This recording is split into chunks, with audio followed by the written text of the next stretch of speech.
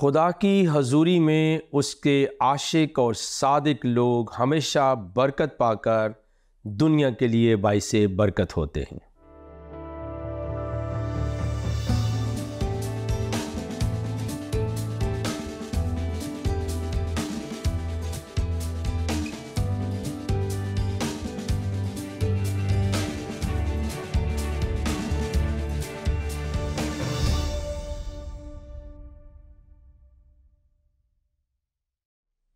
मैं हूं आपका मेज़बान पास्टर सदीक पॉल, प्रोग्राम दोस्ती का हाथ भाई सदीक के साथ। नाजरीन, आप सबों की खिदमत में मेरा सलाम पहुँचे, शलोम और अस्सलामु अलैकुम। हस्ब साबिक आज के प्रोग्राम का आगाज़ हम इस दुआए खैर के साथ कर रहे हैं कि आप जहाँ कहीं पर भी हैं सलामती के साथ हों और खुदा ताला की ज़ात क़ुद्दूस आपकी हामी व नासिर हो। मौजू है मुसलमान कौन।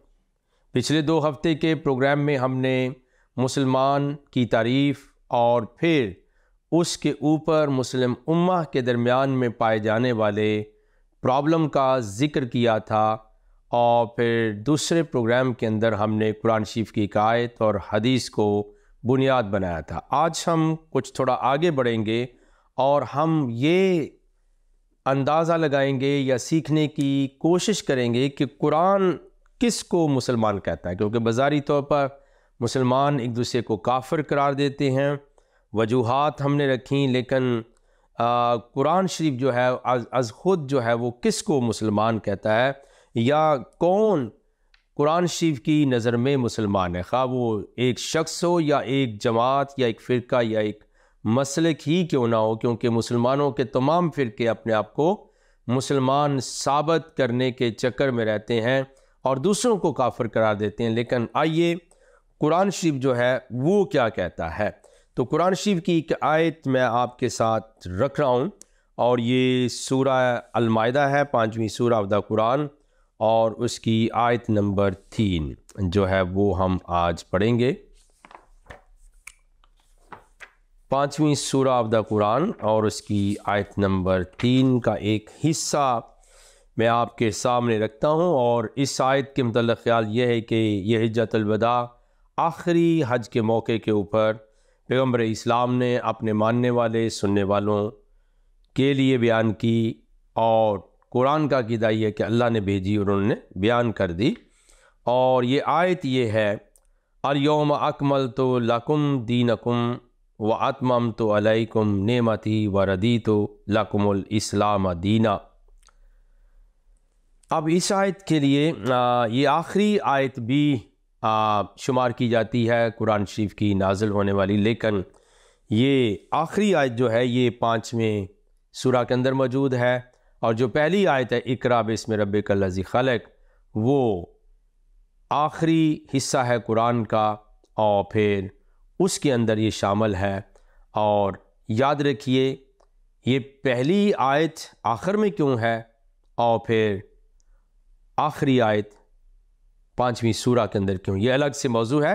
लेकिन हम अपने मौजू की तरफ लौटते हैं कि कुरान किसको मुसलमान कहता है। और ये आयत हमें बताती है कि बेसिकली जो रिलीजन पैगम्बर इस्लाम ने दुनिया को इंट्रोड्यूस किया है, तो उसमें लिखा है कि मैंने इस्लाम को तुम्हारे लिए दीन के तौर पर पसंद किया है।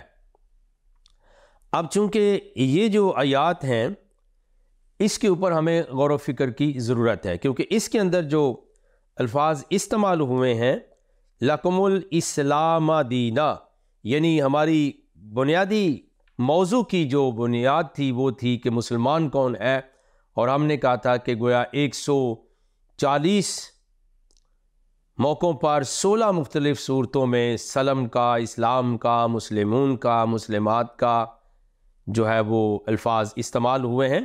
तो यहाँ चूँकि ये लफ्ज़ इस्तेमाल हुआ है इसलिए लकुमुल इस्लाम, तो इसके लिए हम बात आपके साथ रखते हैं, क्योंकि जो रिलीजन है मुसलमानों का उसको भी इस्लाम कहा जाता है। तो इसका जो मादा है बेसिकली, यानी इसका जो रूट है, जो माखज़ है, वो है सीन लाम मीम, सलम कह सकते हैं। और इस्म और फ़िल के मुतअद्दिद सीगों में इसका ज़िक्र आया है। और कुरान जो है वो अमूमी तौर पर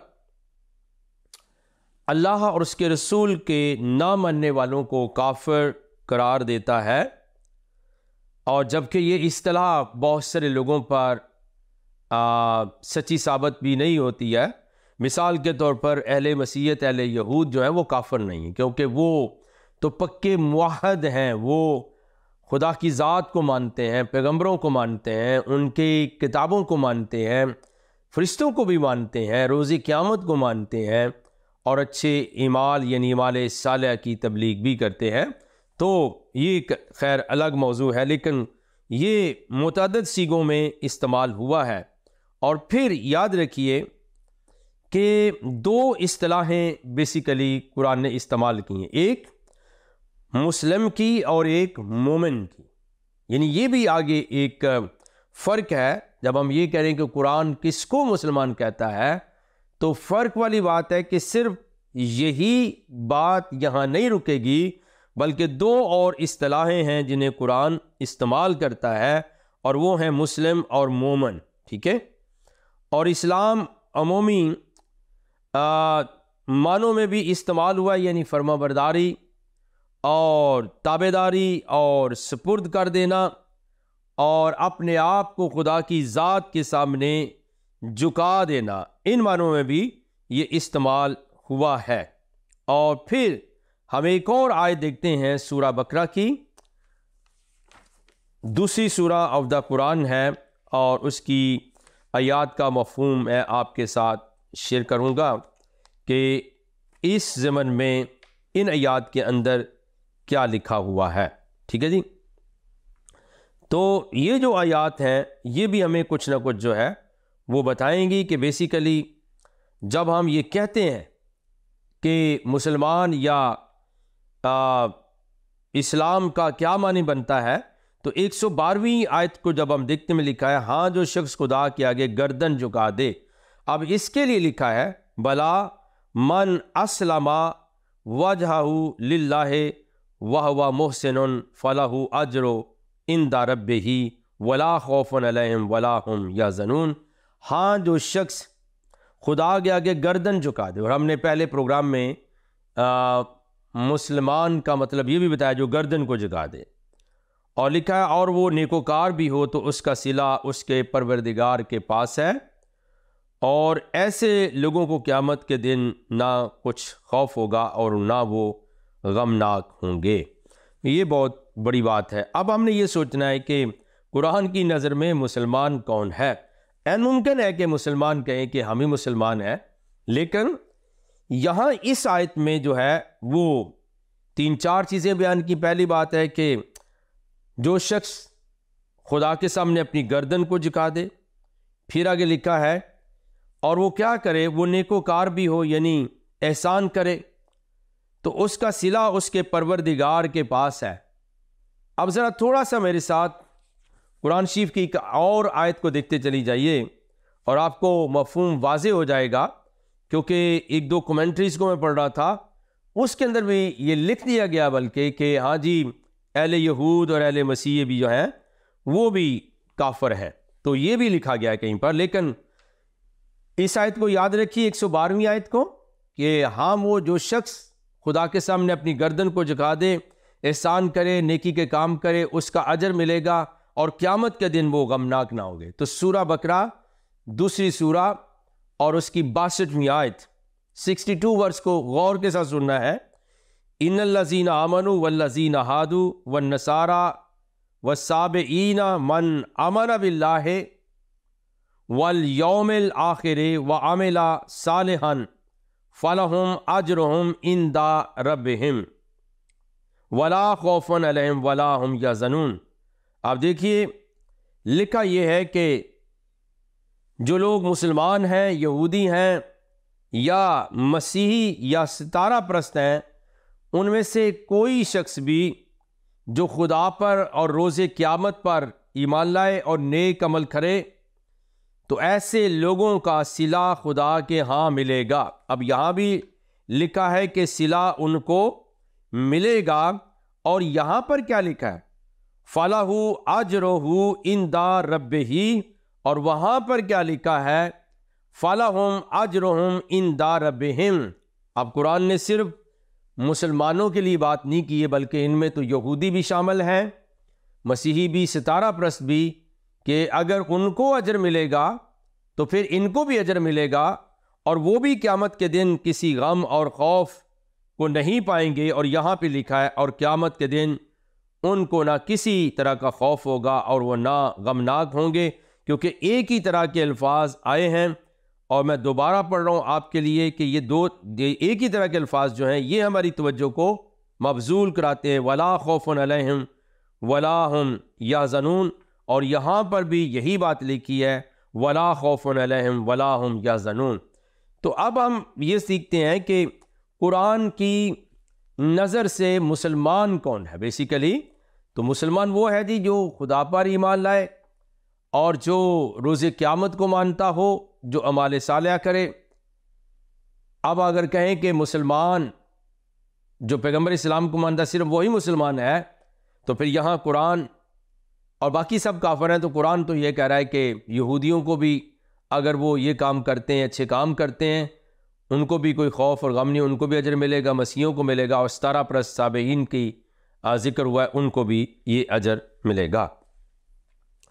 तो हम ये बात बड़ी सराहत के साथ आपके साथ बयान कर रहे हैं कि बेसिकली ये हवाला जात जो है सूरा हज के अंदर भी एक आयत मौजूद है, और उसको कहा गया है, हुआ सम्माकुमुल मुस्लिमीन मिन कब्लो, उसने तुम्हारा नाम मुसलमान रखा पहले भी। तो अब मुसलमान का जो मतलब बन रहा है वो है जी जो गर्दन झुका दे, क्योंकि सूरा बकरा की 112वीं आयत में लिखा है कि हाँ, वो शख्स जो खुदा के सामने अपनी गर्दन को झुका दे, एहसान करे, नेकोकार बने, तो उसका अजर उसको मिलेगा, और क़यामत वाले दिन उसको ना कोई खौफ होगा ना कोई गम होगा। तो मेरा ईमान है नाजरीन, आप इस बात को समझ रहे हैं कि जो बातें हम करते हैं वो ही सच्ची नहीं हो सकती हैं, क्योंकि मुसलमान कौन है, इस्लाम का प्रॉब्लम यह कि हर बंदा कहता है मैं मुसलमान हूं, लेकिन कुरान शरीफ में जो बात लिखी है वो ये है कि मुसलमान होने के लिए, सरेंडर वन होने के लिए गर्दन झुकाने वाला होना चाहिए। और उसके लिए एलिमेंट क्या है कि वो एहसान करे, नेकोकार बने, क़यामत पर ईमान रखे, खुदा को माने, तो उसको अजर मिलेगा। अब इस कैटेगरी पर अगर आप ये कहें कि हाँ जी सिर्फ मुसलमान हैं, बाकी सब काफिर हैं, तो कुरान ने सूरा बकरा की 62 वर्स में वाज़े कर दिया है कि ये नुक्ता नज़र गलत है, इसका कुरान के साथ कोई तल्लुक़ नहीं है। बल्कि हज़रत मौलाना मदूदी अलैहिर्रहमा ने तो अपनी तफ़हीम में ये भी लिखा है कि ये ज़रूरी नहीं है कि जो मुसलमान पैगम्बर इस्लाम को माने वही जो है वो मुसलमान होगा, या उनका कलमा पढ़े वही मुसलमान होगा, बल्कि उन्होंने ये लिखा है जी हर शख्स जो ताबेदार है खुदा का, वो क़यामत को मानता है, अच्छे काम करता है, उसका डर और खौफ रखता है, तकवा परहेजगारी करता है, वो मुसलमान अरबी का एक लफ्ज़ है, और ये खासियत किसी के अंदर भी हो सकती है। लिहाजा उन्होंने कहा जी कि ये ज़रूरी नहीं कि वो दीन इस्लाम का पैरो हो या पैगम्बर इस्लाम का कलमा पढ़ता हो, बल्कि ये तो एक इस्तिलाह है जिसको इस्तेमाल किया गया है। और अब हमने कुरान शरीफ से पढ़ा है कि सिर्फ अगर कहें कि पैगम्बर इस्लाम के पैरोकार सिर्फ मुसलमान है, बाकी सब काफिर है, तो कुरान ने उस बात की नफ़ी की है, क्योंकि जो अजर जो है वो मुसलमानों के लिए वही तो मसीहों के लिए अनाउंस किया गया है, वही यहूदियों के लिए, वही साबईन के लिए भी। तो हम ये अर्ज़ कर रहे थे कि ये कुरान के बेसिकली हमने 3-4 हवाला जात आपके सामने रखे हैं। सूरा अल-माइदा की 3री आयत हमने रखी है, फिर 112वीं आयत हमने सूरा बकरा की रखी है, और फिर सूरा हज की जो है 79 वर्स को भी जो हमने आपके साथ शेयर किया है। लेकिन असल मसला क्या है कि असल मसला ये है कि सिर्फ कुरान मुसलमान की बात नहीं करता, बल्कि एक और इस्तिलाह भी आएगी कि वो मोमन की बात भी करता है कि मोमन कौन है। अब नाज़रीन आप यकीनन जो है वो सोच सकते हैं कि हमने तो ज़्यादा जो प्रोपेगेंडा सुना है वो मुसलमान कौन है, मुसलमान कौन है, तो मोमन फिर कौन है। तो इसका अल्टीमेटली हम कुरान शरीफ में से ज़िक्र करेंगे और इसके हवालाजात को पढ़ेंगे। लेकिन एक वाक़या मैं आपके साथ गवाही के तौर पर कि जब हम गवाही देते हैं तो उसका बड़ा फ़ायदा होता है। मुझे बहुत साल पहले शिया जो मुसलमान हैं उनकी महाफ़िल में जाने का इत्तफ़ाक़ हुआ, और ये आज की बात नहीं, गोया अरसा 30 साल पहले की बात मैं बता रहा हूँ। और उनकी महाफ़िल या मजालिस में जाने की जो रीज़न या बुनियादी वजह थी वो उलमाए इस्लाम का वो नज़रिया कि वो अपनी मजालिस के अंदर कभी फेल करते हैं, बुरे काम करते हैं, और स्पेशली अशरा मुहर्रमुल एहराम यानी पहली मुहर्रम से लेकर 10वीं मुहर्रम तक, और बिलखसूस जो 10वीं की रात है वहाँ पर बहुत गलत किस्म के काम होते हैं और कुछ फौज शरकात भी होती हैं। तो मैं बगर्ज़ तहकीक वहाँ पर गया, और मैं आज भी कहना चाहता हूँ कि ऐसी कोई जिस्मानी मिलाप या खुदा माफ़ करे ज़िनाकारी या जो भी तोहमात हैं, इल्ज़ामात हैं, ये मुखालफीन के हैं। अब आपने बड़ी तवज्जो के साथ ये गवाही सुननी है, ये बात सुननी है कि ये इल्ज़ामात उन पर क्यों लगाए जाते हैं, ताकि लोग उनसे ना मिलें, लोग वहाँ पर जाएं नहीं। ये मुसलमान का प्रॉब्लम है, इसीलिए वो प्रोपेगेंडा करते हैं अहले मसीहत के ख़िलाफ़, अहले यहूद के ख़िलाफ़, बाइबल मुक़द्दस के ख़िलाफ़, कि वो ये मानते हैं, वो ये कहते हैं। हालांकि नाज़रीन, आपका हक़ ये बनता है, जिस तरह मैं 10 दिन पूरे पहली मुहर्रम से लेकर 10वीं मुहर्रम तक, अशरा मुहर्रमुल एहराम इसको बोलते हैं, मैं पूरे 10 दिन उन मजालिस में गया। अल्टीमेटली मैं शलवार कमीज़ पहन कर गया ताकि मैं सब कुछ देख सकूं। पहली बात जो थी कि जो बुरे इल्ज़ामात दूसरा ग्रुप लगाता है, आप ये देख लीजिए, और वो अपने आप को मुसलमान कहलाता है, जो सुन्नी इल्ज़ाम लगाते हैं, वहाबी लगाते हैं, अहले हदीस लगाते हैं, और जिनकी मजालिस में मैं तहकीक और तफ्शीश की गर्ज से गया, वो मोमिनीन कहलाते हैं। अब अल्टीमेटली ये जो मामलात हैं ये हमें समझने चाहिए कि आम जितने भी मुसलमान एक्सेप्ट देन शिया, वो अपने आप को मोमिनीन कहलाते हैं, मोमिन कहलाते हैं, और बाकी मुसलमान अपने आप को मुसलमान कहलाते हैं। तो मुसलमानों का इल्ज़ाम था मोमिनों के ऊपर, जिसके लिए उनकी मजालिस में मुझे जाने का इत्तफ़ाक़ हुआ। वहाँ पहली बात जो वो इल्ज़ाम लगाते थे वो मैंने नहीं देखा, मैं गवाही दे रहा हूँ, मैंने वहाँ नहीं देखा। एन मुमकिन है किसी को और तरह से पता, तो वो उसकी अपनी बात है, मैं अपनी गवाही दे रहा हूँ। लेकिन दूसरा जो फ़र्क मुझे महसूस हुआ उन तकारीर के अंदर जो मैंने 10 दिन सुनी, वो खुतबात सरमन जो मैंने सुने, मजालिस जो मैंने सुनी, उनमें जो नुक्ता मैंने पिक किया वो ये है कि शिया मोमिनीन का मुसलमानों, बाकी मुसलमानों के साथ सख्त इख्तलाफ है। और वो इख्तलाफ क्यों? वो कहते हैं ये मुसलमान बज़ोर शमशीर हुए थे, जिनमें वो अबू सुफियान का नाम लेते हैं। अब बहुत से लोगों को शायद हज़रत अबू सुफियान का ना पता हो, वो जनाब अमीर मुआविया के वालिद हैं, और फिर यजीद बिन मुआविया के वो दादा हैं। तो ये जनाबन एक लड़ी है, ये एक लाइन है। तो वो कहते हैं कि सारी उम्र इन्होंने पैगम्बर इस्लाम की मुखालफत की, और फिर ये खौफ से और कई और वजूहात की बिना पर मुसलमान हुए पर मोमिन नहीं हुए। अब ये बहुत बड़ा प्रॉब्लम है, और ये किन किन के दरमियान में है? ये मुसलमान सुन्नियों, वहाबियों, अहले हदीसों, हनफियों, बरेलवियों और शिया के दरमियान में ये इख्तलाफ है। और फिर अगर शिया ये कहते हैं तो फिर मुसलमान भला क्या कहते हैं? वो कहते हैं कि जनाब हज़रत अबू तालिब वालिद गिरामी हज़रत अली, उनका शिया का तो अक़ीदा है कि वो मोमिनीन हैं, और वो जो है वो मददगार रहे रसूल के, पैगम्बर इस्लाम के, हज़रत अली के वालिद हैं। लेकिन याद रखिए बाकी मुसलमानों का अक़ीदा हज़रत अबू तालिब वो मुसलमान नहीं थे, तो मोमिन तो अगला दर्जा है ना जी। तो अब ये ड्रिफ्ट एक बहुत बड़ी खलीज है जो दोनों फ़िरकों के दरमियान में पाई जाती है। बारका मैं वापस अपनी गवाही की तरफ आ रहा हूँ। तो 10 दिन मैंने मजालिस और खुतबात सुने, उनके स्कॉलर्स के नुक्ता नज़र को मैंने सुना शख्सी तौर पर, इन पर्सन आवाज़ in the all the meetings.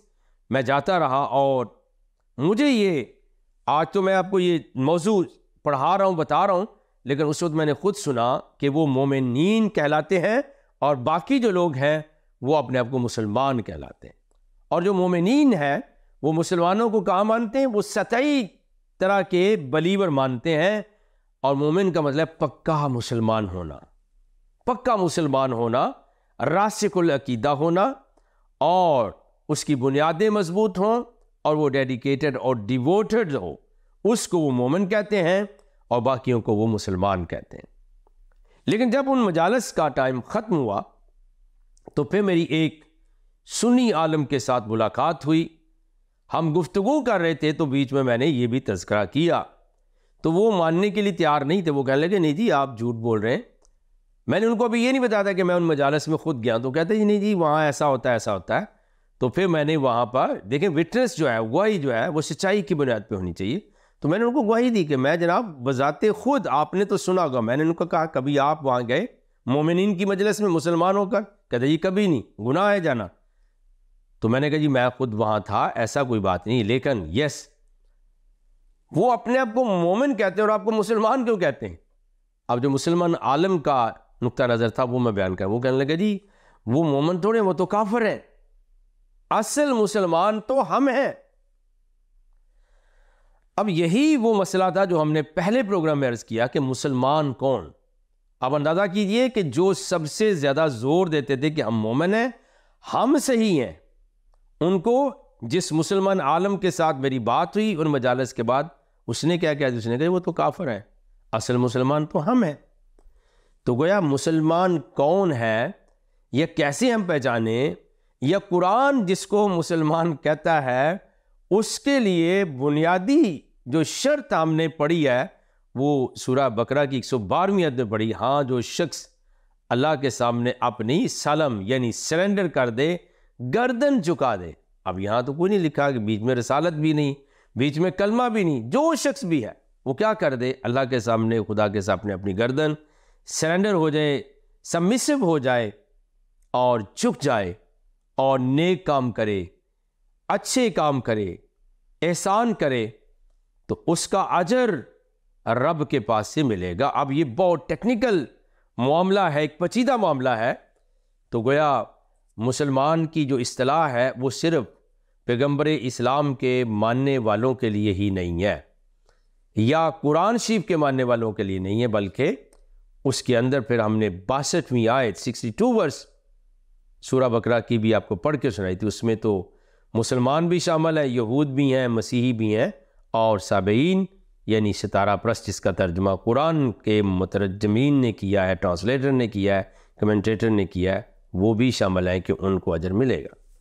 तो गोया ये थोड़ा सा मसला पचीदा होगा कि कुरान किसको मुसलमान कहता है। अब थोड़ी सी और गुफ्तगू को सुनिए। मैंने तो आपको दलील के साथ बात पेश की है, लेकिन अगर आप मुसलमान से पूछेंगे वो बगैर दलील के ये हम मुसलमान हैं, लेकिन जब आप कुरान की आयात निकाल के बताएंगे कि असल में कुरान किसको मुसलमान कहता है, दो बातें होंगी।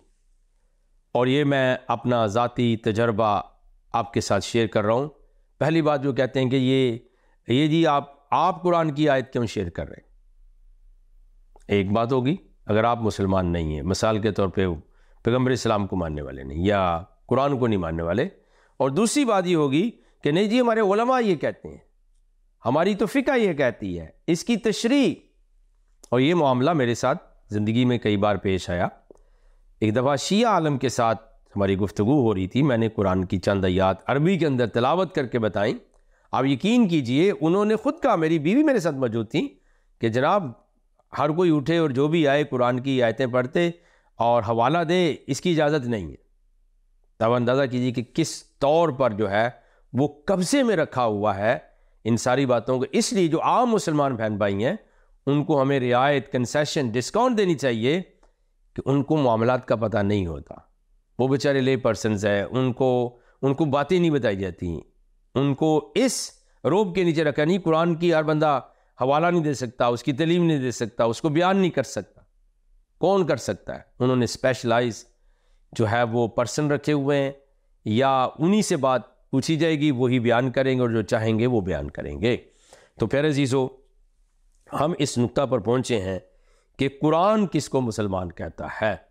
तो अगर आप मुसलमानों से पूछोगे, आम जो मुसलमान कहेंगे ये हमें कहता है जी मुसलमान है, लेकिन जब हम हवाला जात पढ़ते हैं उसके लिए आपने बगौर सुना है कि कुरान उसको मुसलमान कहता है कि जो अपने आप को स्पुर्द कर दे खुदा को, यानी अपनी गर्दन को झुका दे और वो एहसान करने वाला हो, तो उसका अजर उसके परवरदिगार से उसको मिलेगा और क़यामत के दिन उसको ना कोई खौफ होगा ना ही कोई गम होगा।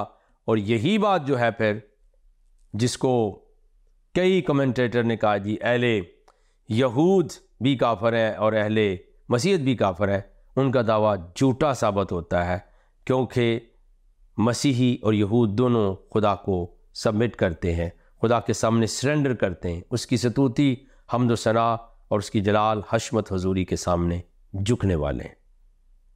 मौजू हमारा जारी रहेगा, लेकिन वक्त की कैद आड़े है। हम खुदा के हुजूर में दुआ फरमाएं। जिंदा पा खुदा, आसमान आपका तख्त है, ज़मीन आपके पाँव की चौकी, हमें बरकत दीजिए और सारी चीज़ों को अपने ख़ास फजल से समझने की तौफीक अनायत कीजिए। नाजरीन को ब्लेस कर हमें बरकत दे। यस्सु मसीह जो आपके कलमतुल्लाह रूहुल्लाह आयतुल्लाह है, उनके सदक़े से ये दुआ मांगते और पा लेते। आमीन सुम्मा आमीन। नाजरीन, आप सबका बहुत बहुत शुक्रिया। अगले हफ्ते फिर मिलते हैं, तब तक के लिए इजाज़त चाहेंगे। अपनी दुआओं में हमें याद रखिएगा। आप ख़ुद प्रोग्राम को देखते हैं, दूसरों के साथ शेयर कीजिए। ये एक बहुत बड़ी नेकी है जो हमें करनी चाहिए। देखते रहिएगा प्रोग्राम दोस्ती का हाथ बाई सदीक के साथ। अगले हफ्ते फिर मुलाकात होगी और खुदा से ये दुआ मांगते हैं कि जो कुछ हमने सुना और समझा वो काबिले बरकत हो और बाइस से बरकत हो, यीशु मसीह के नाम से आमीन। Thank you so much. खुदा हाफिज़।